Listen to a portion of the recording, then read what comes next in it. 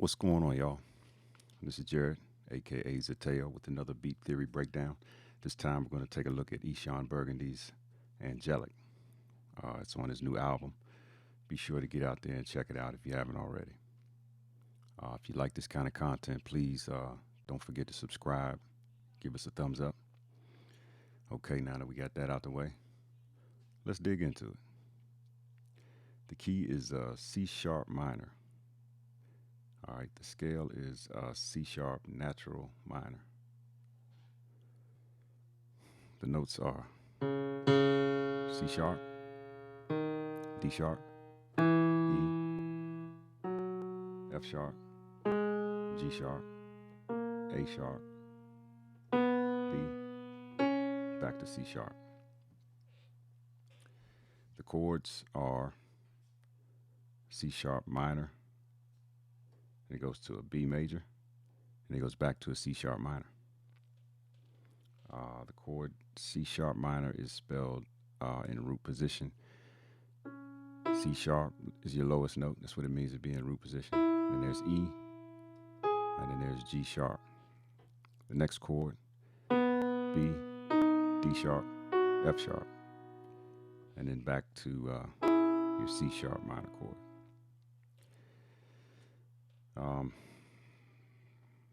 This tune has a pedal point. This bass track has a pedal point.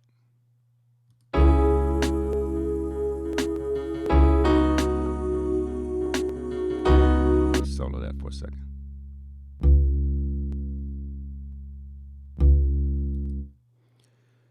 So that just means that it just basically keeps that same pitch.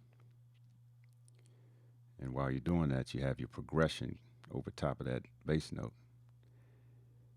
And normally when you have a chord with a different note in the bass, we call that a slash chord, but in this case, it's a pedal point because the entire progression just kind of goes over this particular note. There's also another technique down here, which is the pedal point as well. If we listen to that, let's solo that for a second.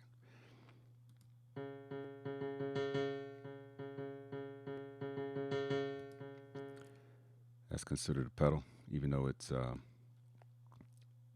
all the way in the bass like this, but typically it's a bass note. Forgot one thing about the chords. In case you don't know, this C sharp minor chord would be your 1, and then that B major chord would be a 7. The number system is important because it helps us to navigate a lot easier. You can transpose much quicker and all sorts of stuff. Anyway, let's check out this partial remake. I didn't get everything in there. It's just to focus on the chords and the melody, which the melody is basically just riding the top note of the chords. Let's check it out.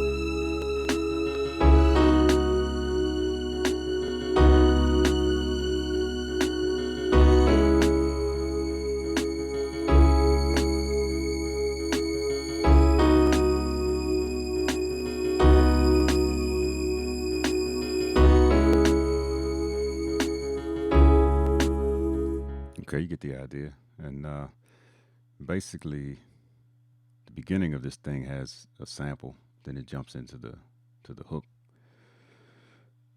Then they rap the verses. Then they go back into the hook, and I think they play that sample one more time. Then they're out. Just to kind of go over the arrangement briefly. But again, it's just a partial remake, just something to kind of highlight the chords and melodic notes and the techniques used in this particular track. Anyway, the idea I have is to basically kind of go over a few things at a time instead of just one long, dry theory thing. So, you know, plan to break down a tune and just kind of highlight a few things and get a little something out of it and, try to do what we can a little bit at a time rather than bombarding you with an hour long theory lesson because it could get dry. But if you learn a little bit at a time and apply it to your work, then I think it's a little easier to digest. Anyway, that's all I got for you. Thanks for watching.